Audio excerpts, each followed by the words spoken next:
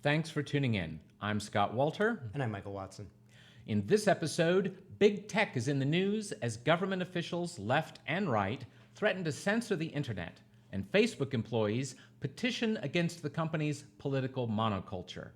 This is the InfluenceWatch podcast.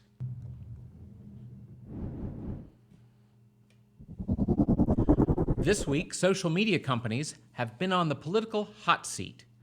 President Trump made headlines for threatening Google with some sort of government action in retaliation for what the president claims, and Google denies, is partisan manipulation of search results to make the president look bad. From the other side of the aisle, Democratic Senator Ron Wyden sent a letter recommending that Twitter categorically censor certain views, while reminding them that they had a nice platform and it would be a shame if anything happened to that. Facebook employees, meanwhile, are dissenting from what they call a, quote, political monoculture that's intolerant of different views, close quote. They launched an internal advocacy faction to push for political diversity, which itself provoked retaliatory complaints from their colleagues who claim that the group itself is offensive to minorities. These stories underline a growing debate over the power of major tech companies, specifically the social media platforms YouTube, Facebook, and Twitter, the search engine Google, and the content distribution networks owned by Apple and Alphabet, which of course is the parent company of Google and YouTube. Conservatives, often with more evidence than the president's Twitter feed supplied, have suspected that the Silicon Valley giants target speech outside the left and lefter political spectrum of greater San Francisco. A few old-line anti-corporate left liberals, prominently including billionaire financial trader George Soros, have also questioned the power of the tech companies and whether that means they should be broken up as monopolies. Well, Mike, a slew of tech controversies this week. Why don't we start with the feud between the president and Google? So on Tuesday, the President of the United States, as is his wont, woke up and got on Twitter.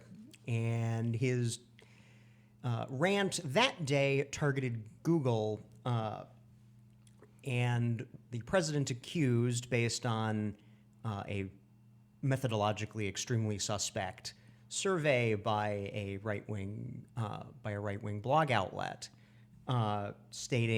claimed that Google was somehow politically manipulating for partisan ends the results when you searched for, quote, Trump news, that they were putting all the bad news up front and they were suppressing the good news, and that it was all coming from, left-wing sources or mainstream media sources. Google naturally denies outright that they do any sort of manipulation. The way that Google have said that their algorithm works, the mathematical program that spits out whatever you get when you search, is based on one of the things that counts is the number of links that go to and from a certain page, and also how long it's been on the internet. Now, obviously, for something like the New York Times gets lots of links, and it's been on the internet at nytimes.com since probably the 90s, kind of the beginning of the internet. Google begins in 98. They've probably been around for about the same amount of time. This improves its search engine optimization, its quote-unquote page rank, and this makes it look better to Google's algorithm than, a conservative blog that started a year ago. So that said, Google's algorithm has been described as a black box that only Google knows how the Google algorithm actually works. Otherwise, you could just reproduce it. Sure. Well, on the other hand, of course, I think any conservative has heard or seen himself countless unusual things, or at least things that seem to be unusual. I can remember, for instance, some of the one of my favorites was during the last election, seeing people point out how searches related to Hillary Clinton. I mean, if you the autocomplete seemed to be unusual because things like Hillary Clinton criminal probably were being searched for a great deal, whether or not that's fair and the rest, but they certainly were, and they didn't seem to be autocompletes for things like that. But I suppose part of that you raise, though, just in what little we do know about the algorithm, you raise an issue. If I wanted to be as charitable toward Google as possible, I could say, well, look, they have set up an algorithm that's going to privilege, to use a good left-wing word, it's going to privilege large mainstream media sources. But of course, a second's reflection tells anybody, well, if we're going to privilege mainstream media sources, there may be some slant But then there. the question, I mean, okay, yeah, sure, all right. So that means the New York Times is going to look good, that CNN's going to look good, that NBC News is going to look good. But one, it also means the Wall Street Journal is going to look good. It also means that Fox News is going to look reasonable. And the other question is, okay, if they're not going to use these longstanding, whether your links and how long your source has been on the web, and kind of what else are they supposed to use? And again, there have been criticisms of the Google algorithm, and there are those kind of weird coincidences, but again, it's that kind of, to me, I think before you say that, they are politically manipulating, you need a little bit more evidence. Well, I agree. It's a tricky question. And of course, in the case of Facebook, where conservatives have lots of complaints about Facebook, at least part of the decline in Facebook passing along conservative news sources or news pundits. Part of the issue there is that Facebook, in its algorithm, seems to have greatly downplayed news sources of all kinds in favor of more personal type. So in other words, you're going to see more of Aunt Sally's Facebook page and less of the Daily Caller or Ben Shapiro or Fox News or MSNBC, regardless of their political outlook, which is again Facebook's decision about how Facebook is just going to operate. Yeah, so it's there aren't easy answers to some of this. Well, okay, let's pick another thing which I don't think counts as a feud, but rather as veiled threats, and that would be Senator Wyden versus Twitter. Tell us a bit more about that.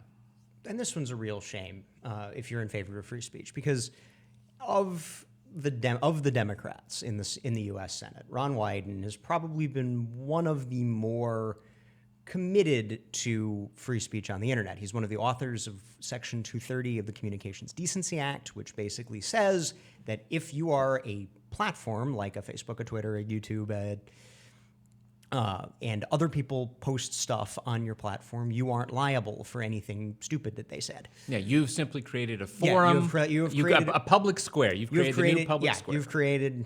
It's like if you opened a bar.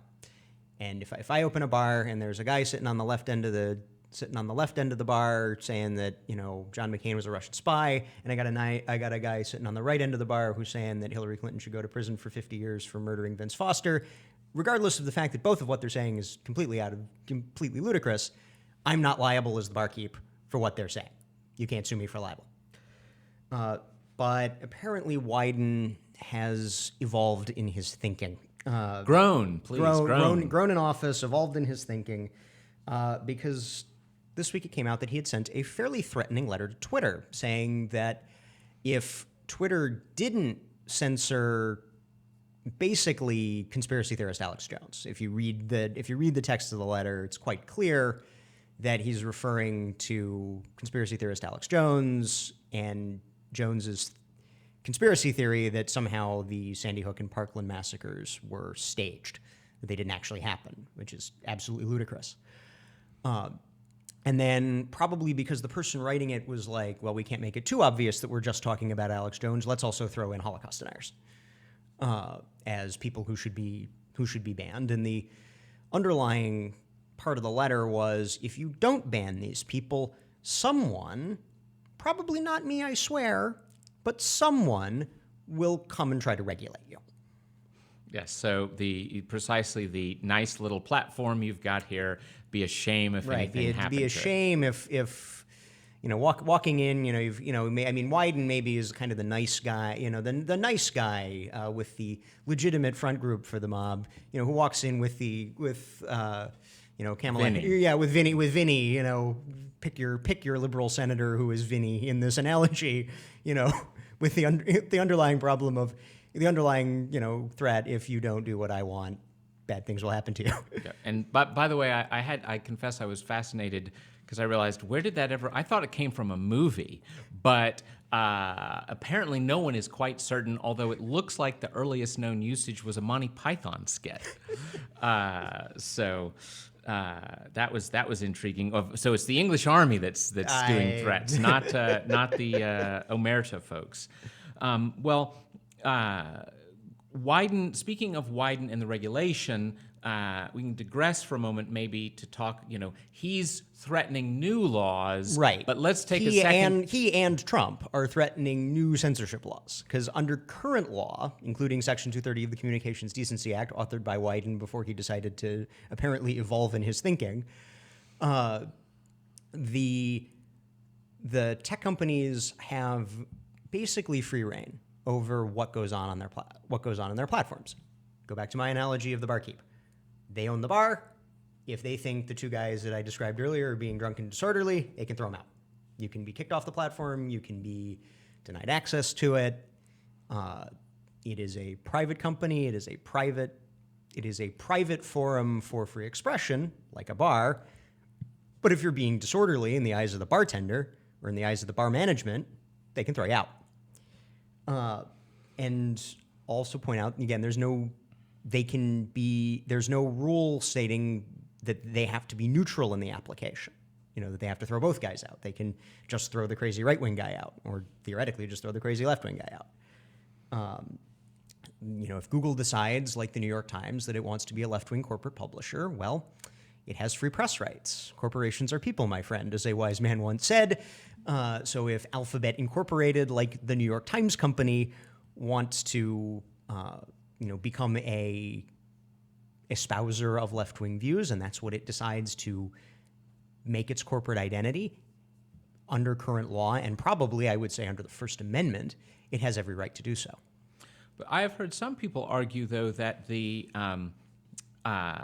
that if they become vigorous policers of the content on their platform, then they shouldn't be able to have the current thing Wyden set up. The Section 230 of the Communications Decency Act, which says that they're not responsible for what they publish. A neutral platform is not responsible, but if you're not really neutral, if you're very regularly policing and you're policing in a particular direction and whatnot. I mean, certainly that would be where a regulator who is interested in causing trouble would go, look, what point do you lose Section 230 protection as just a platform, as opposed to obviously, if the New York Times libels someone, the New York Times Corporation can be sued for it. Obviously, libel has a very strict legal standard, and I would say it should not budge. President Trump says it should be very, very wide. So the question at which point you stop being a platform and which point you start being more like the New York Times company would be one that would have to be decided by regulators and by courts. And for our campaign finance reform friends, I want to quickly just remind that isn't it nice and convenient that no campaign finance reform restrictions on speech apply to the New York Times Corporation? If I were a cynic, I would suggest that the New York Times Corporation is interested in making sure that other corporations can't speak on political issues in order to maintain its monopoly on speaking on political issues. Yes, but that's a whole. We should do a whole show on the campaign finance reform horrors. But for now, we'll stick to the high tech free speech fight. So the next fight we have to get to this week is Facebook's fight with itself. Tell us a bit more about that. So we've seen before a couple, on these internal Silicon Valley internal company message boards, the right-wing views being sort of repressed.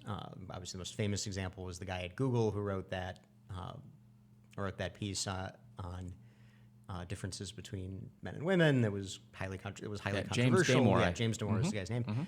Highly controversial. I won't say whether it was reasonable or not so reasonable. But however it went, he ended up being driven out of the company.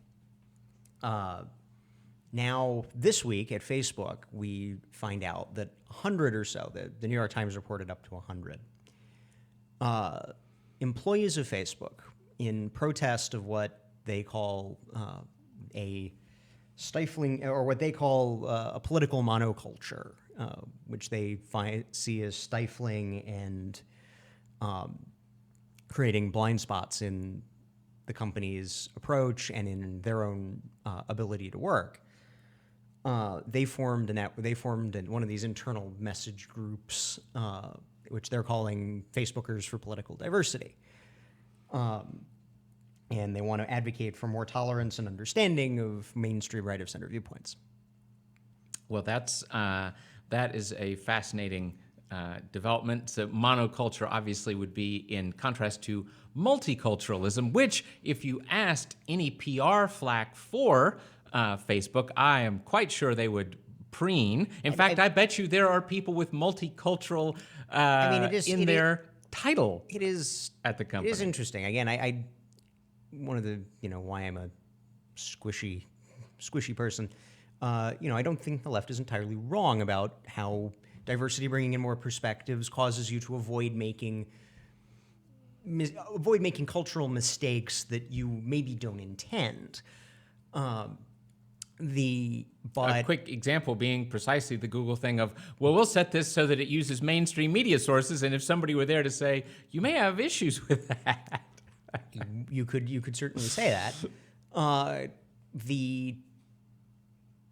But again, not taking that lesson from your own ideology, and one of the parts of your ideology that maybe has a kernel of reasonableness, and then to say, oh, but when it comes to, again, mainstream political views, and whether you like it or not, 62 million people voted for President Trump. That is there were 126, 127 million votes cast. So that's slightly less than half. If you're going to say that slightly less than half of the country isn't in some way mainstream, you're ruling out a great deal of the people. You're probably ruling out some people that you know. Yep. So when the 100 or so employees pleaded that diversity is our strength, and diversity includes political diversity, not just melanin content in the skin, they spurred a counter revolt. Is that right? Yeah, according to the New York Times, which wrote this up, there were people within Facebook who then complained, saying that the existence of an advocacy faction for, not necessarily for right-of-center views, but just for acceptance or toleration or pluralism with respect to right-of-center views, that was somehow offensive to minorities. And how did the company react? The company actually reacted well. The company said that no, they haven't violated our processes. This is as of the New York Times reporting yesterday. They hadn't violated our processes. They hadn't done anything. They hadn't done anything wrong. Therefore, they're allowed to keep doing this. Now, there is, because everything comes back to employment law, a little asterisk with that. Even if you don't have a union, even if you're not a unionized workplace, you have rights under the National Labor Relations Act to protected concerted activity, which means that if you and at least one of your coworkers wish to engage in certain protected activities, among them advocacy, within the company for better wages or working conditions, there are restrictions on the extent to which your employer can retaliate against you, even if you don't have a union. And to the extent that these, again, okay, we got 100, that's more than one, check, it's concerted. To the extent that they're advocating for better working conditions, and of course this would have to be adjudicated, if Facebook decided to retaliate, this would be litigated probably before a National Labor Relations Board panel. would have to decide whether that advocacy was concerning wages and working conditions, or in this case, working conditions. And if it was, then it might be protected. The other, of course, charming thing about that is that normally our friends on the left who hint, hint, campaign finance reformers scoop up massive sums of money from unions, they might have a hard time attacking a group of workers. It's a very interesting situation that kind of flips. The normal, of course, is that the center right believes that usually the company is correct, and the left usually believes that the unionized employees are correct. Even the non-unionized employees, in recent years, with things like the Fight for 15, our Walmart campaign, the unions have, realizing that people don't want to join unions anymore, has tried to do independent advocacy and advocate these. In fact, the Obama Labor Department did a public relations campaign on non-union Section 7 rights to protected concerted activity. Plus, in its regular union organizing, the unions now will often try for the sort of micro unions. Like we can't unionize Macy's, but we've got the folks selling cosmetics. We can unionize the cosmetic salespeople, and that's all being litigated in the labor board and is a thing for another time. Yeah, but well, it's definitely a fascinating legal question. Now, we'd mentioned earlier at Google, James Damore's complaint. One thing he had was he was only one person. He was only one guy, so it wasn't. I think he ended up failing on both thresholds. It was neither protected activity on working conditions, nor was it concerted. So he didn't have other folks with him, and it was more political than working conditions. Yeah, it was more political than working conditions, and that, I think, is why ultimately a National Labor Relations Board judge said, nah. So that did make it to the National Labor Relations Board. It made it to the National Labor Relations Board system. There you have, before you get to the board, the five guys in Washington, you have the administrative law judges, who are lawyers who work for the labor board, who try to apply the precedents from the five guys in Washington. So it went before an administrative law judge, and the administrative law judge ruled in favor of the company, and I think they appealed, and it didn't succeed. Well, that's interesting in itself, and it makes one wonder whether perhaps the Facebook employees, having seen that example, may have figured out that you need two. Yes, let's have more, and let's focus let's focus on working conditions rather than on theories about the sexes. Yeah, and of course, anybody who is for the underdog is likely to have some sympathy for folks complaining about these gigantic tech monopolies, because that is part of the issue that involves, and this is they're if not legally protected monopolies, they're effectively monopolies de facto, but. There's another M word that we need to get into the discussion besides monopoly, and that's mobs. So mobs also figure in these controversies over the high-tech companies and speech. Why don't we start with some of the left-wing issues like that. One of the right's greatest complaints about Facebook is that it's supposedly biased in favor of the left.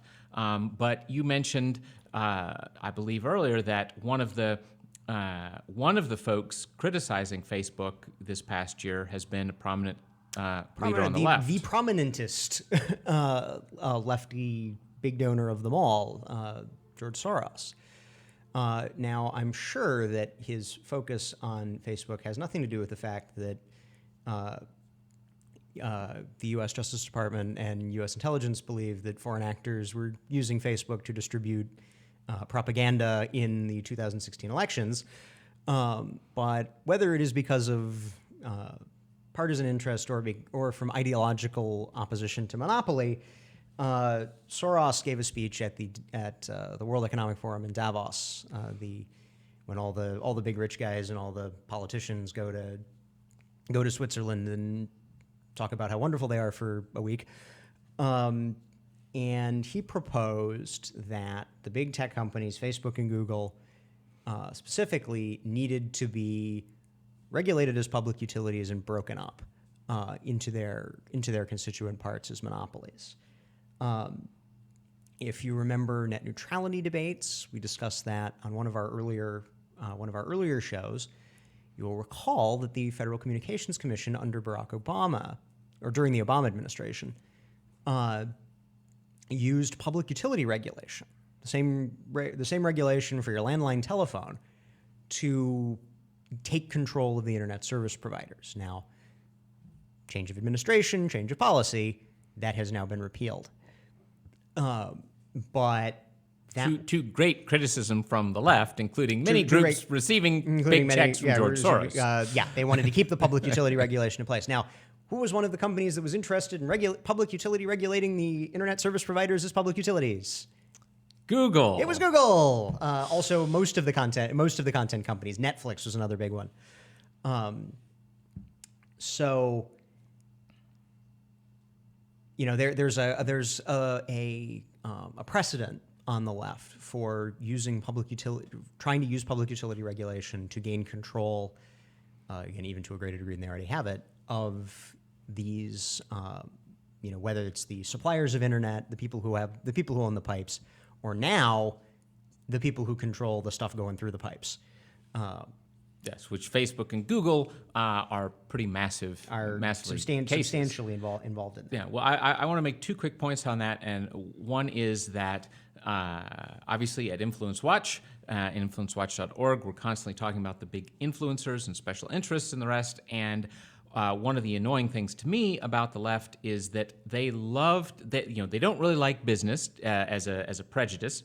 So they're always attacking business, and on something like a net neutrality, they will jump on businesses and say, we've got to do this because we've got to throttle these dangerous, bad businesses with this regulation, when in fact, of course, an honest look at the full policy involved is, hey, there's a bunch of businesses that want this regulation, and there's a bunch of businesses that don't. Businesses who are hurt by it who don't want it. There are businesses who are helped by it who want it. Yes. And what you're ultimately doing is deciding between two factions of business. You are not remotely anti-business. You're some business against other business. You're pro-businesses who give you campaign contributions. Yes, so that's the important thing. The other important thing to me is that it since the rise of Barack Obama, it has always baffled me how young people think that he was sold as hope and change, and it's all new and wonderful, when in fact, because net neutrality was one of the biggest things he wanted. And by the way, that's in itself quite an amazingly dirty story. Go watch our show on that. But yeah, go see the full net neutrality show, because there's all kinds of dirty machinations involved in that. But again, just on the face of it, you have this obvious thing. We're going to take the internet, this wonderful 21st century Wild West freedom, make your own thing, and we're build going to your own regulate app. it like 1930s telephones. Yes, and it's going to be regulated like AT&T's phone company monopoly in 1930.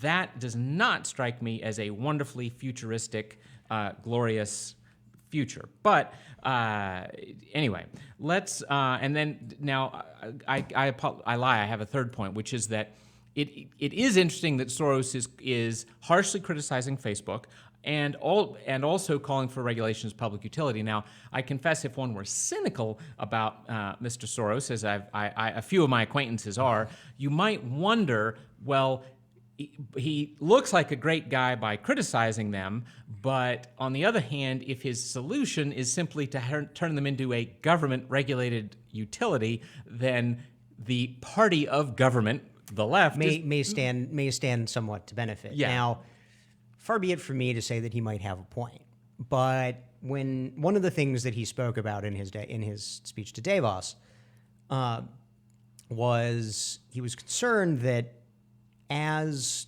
Google has said, or it's been reported that Google is trying to work with the Chinese Communist Party and the Chinese Communist government to create a product of Google that can be used in China. And one of Soros's concerns was that, what is Google doing? What are they giving up? Are they allowing the Chinese Communist Party to weave what he described as, quote, a web of totalitarian control in order to gain access to that market?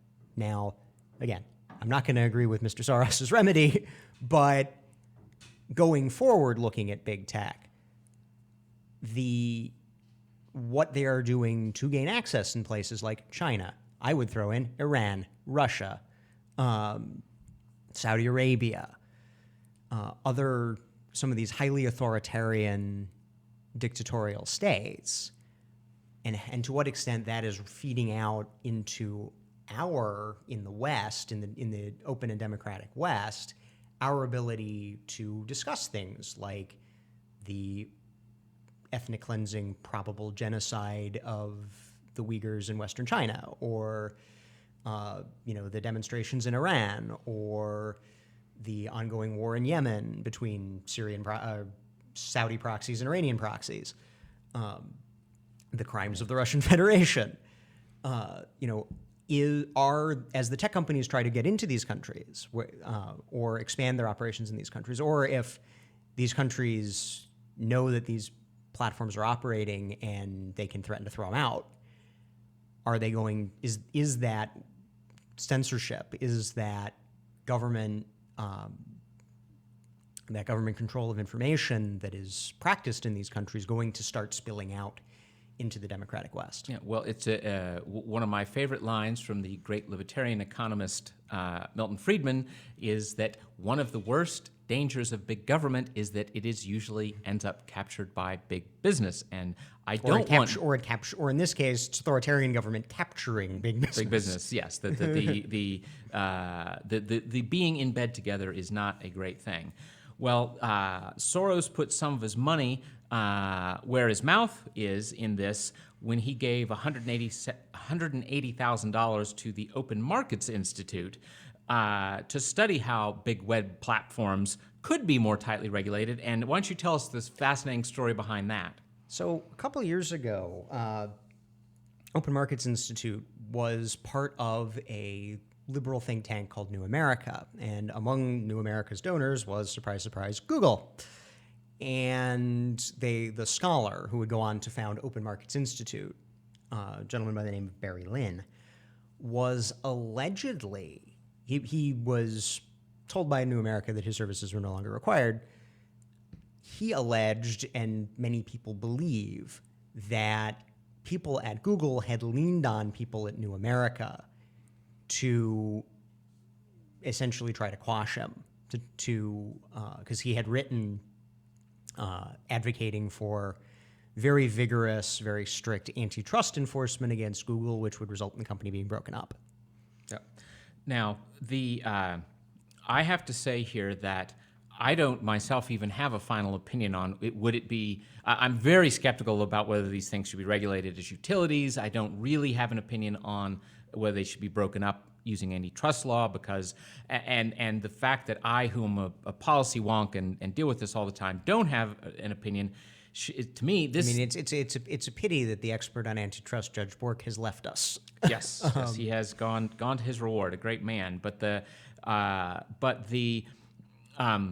if I were a right-wing mega donor, I think one of the first things that I would want to fund would be either a new think tank, or probably better, just a good-sized project within an existing think tank, simply to study this tech issue. I mean, obviously, big tech is not conservatism's friend, and these are not easy, simple issues, because but you must also be concerned about the impulse to what I call socialism to own the libs.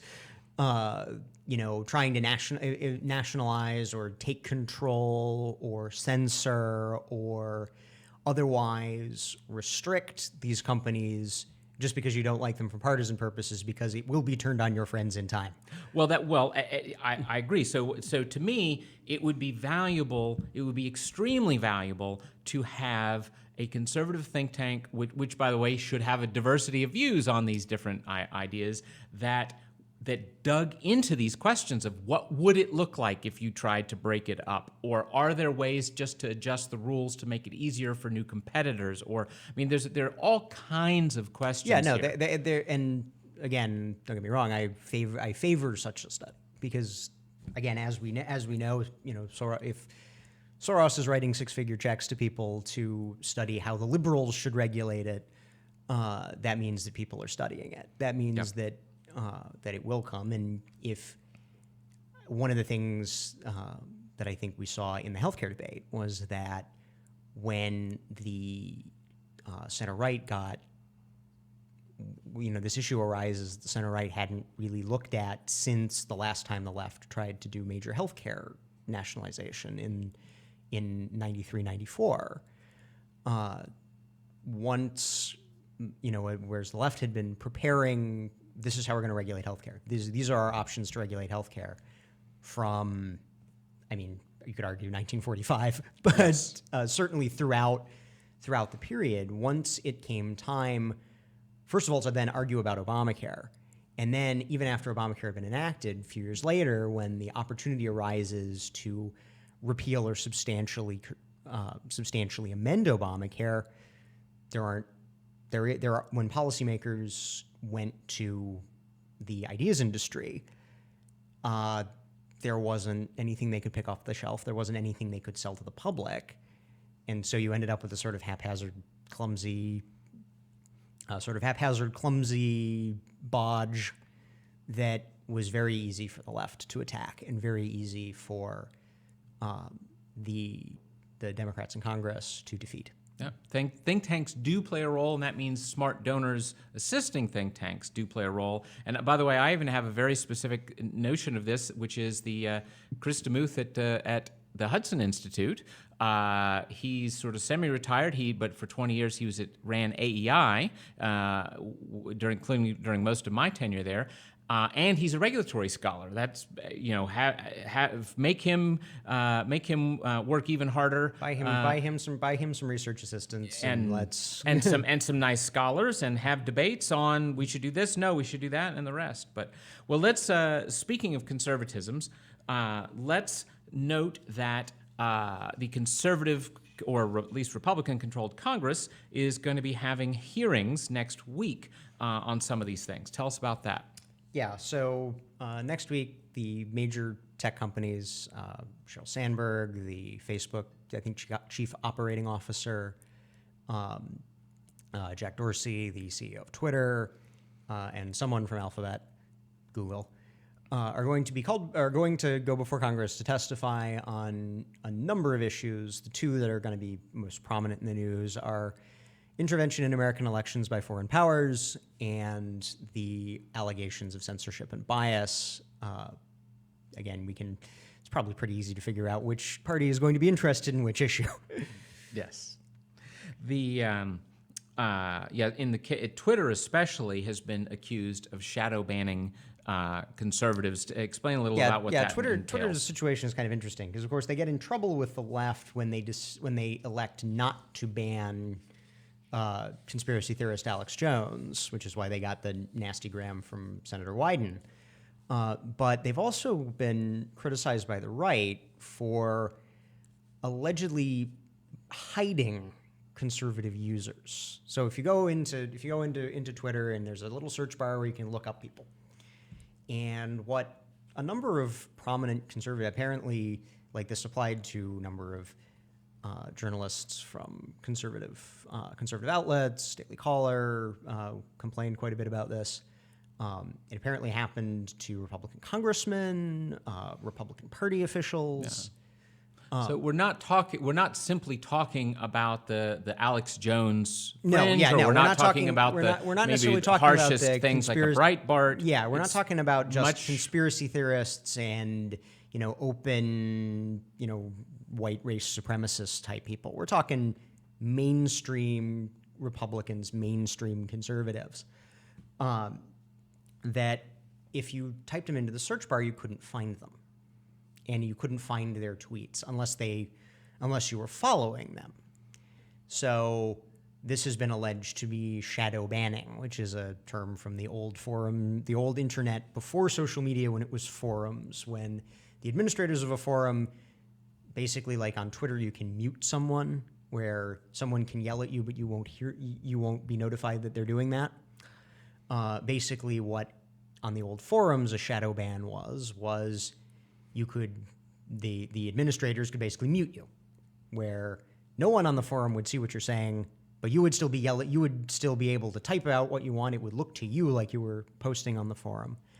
but nobody was actually going to see it. Yep. Another. And so sorry, go ahead. yeah, and so I'm sorry, not Facebook. Twitter has said that because you can still follow these people if you can find them and still see what they're saying, that it's not a shadow ban. By this very strict definition, it's not a shadow ban. But what others have said, what critics have said, and what I concur with is that if you are hiding people in this fashion by your own actions as the administrator, you are preventing them from fully using the platform, and that is, if not technically a shadow ban, is tantamount to a shadow ban. Yep. Another prominent critic and complainer is Dennis Prager with the wildly successful PragerU YouTube channel.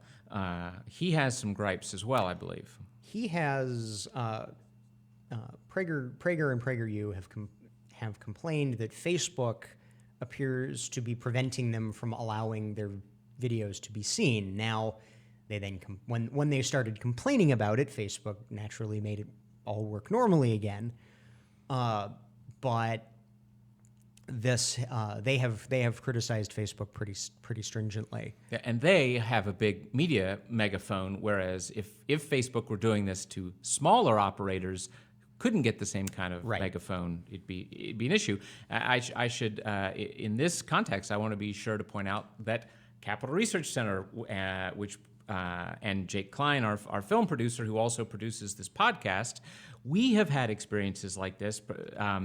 The most recent, I think, was we had a video that simply gave a short version of our research about Democratic Party operatives that that appear to have perhaps violated laws, and when this was made public, were instantly dropped from the Democratic Party's payroll. And then going further back, we have the most galling of the instances that we've had to complain about, and this involved YouTube.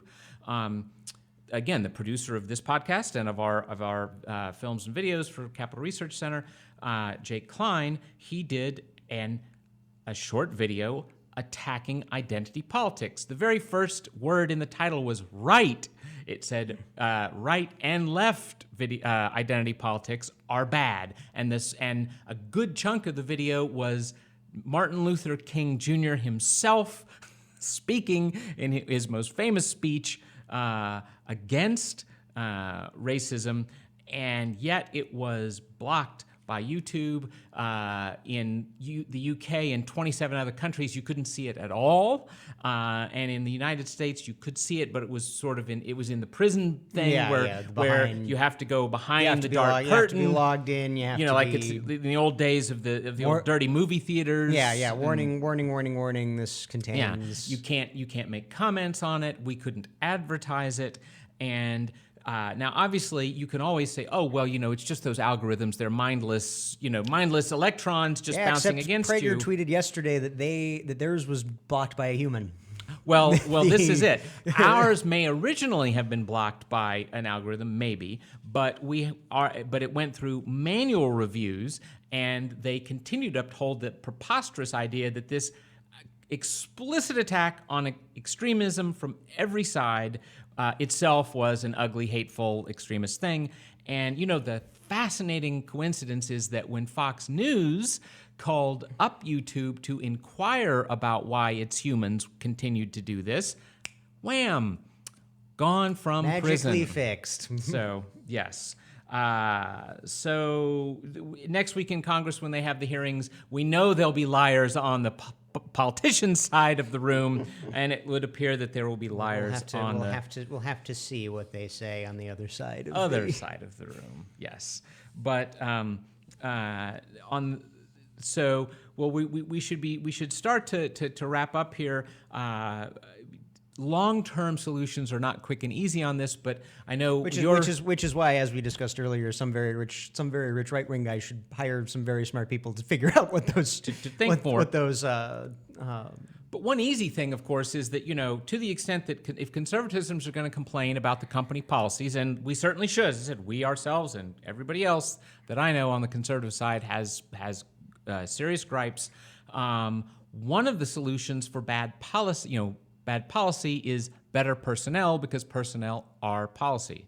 So would you agree with that? Oh, absolutely. Now, the biggest problem one of the biggest problems for people who are trying to espouse conservative viewpoints is what David French of National Review has called the internal mob of employees at a place. Again, why does editorialist Sarah Zhang, who wrote very nasty things about white Americans on her Twitter feed, why does she still have a job? And Kevin Williamson, who said, who espoused pro-life beliefs in an impolitic fashion, why did he have to go back to National Review?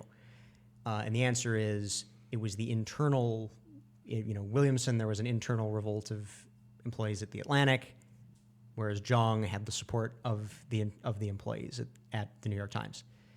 And where, if the advantage to getting, competent, qualified, interested, I'm not going to sit here and say everybody needs to become a computer programmer because I'm not a computer programmer. But if you are a center-right person and you're so inclined that way, absolutely get a job at, try to get a job at Facebook, Google, whatever, so that, like these 100 Facebookers for political diversity, that you can resist the internal mob and, and show that, that there is an advantage to pluralism rather than monoculture.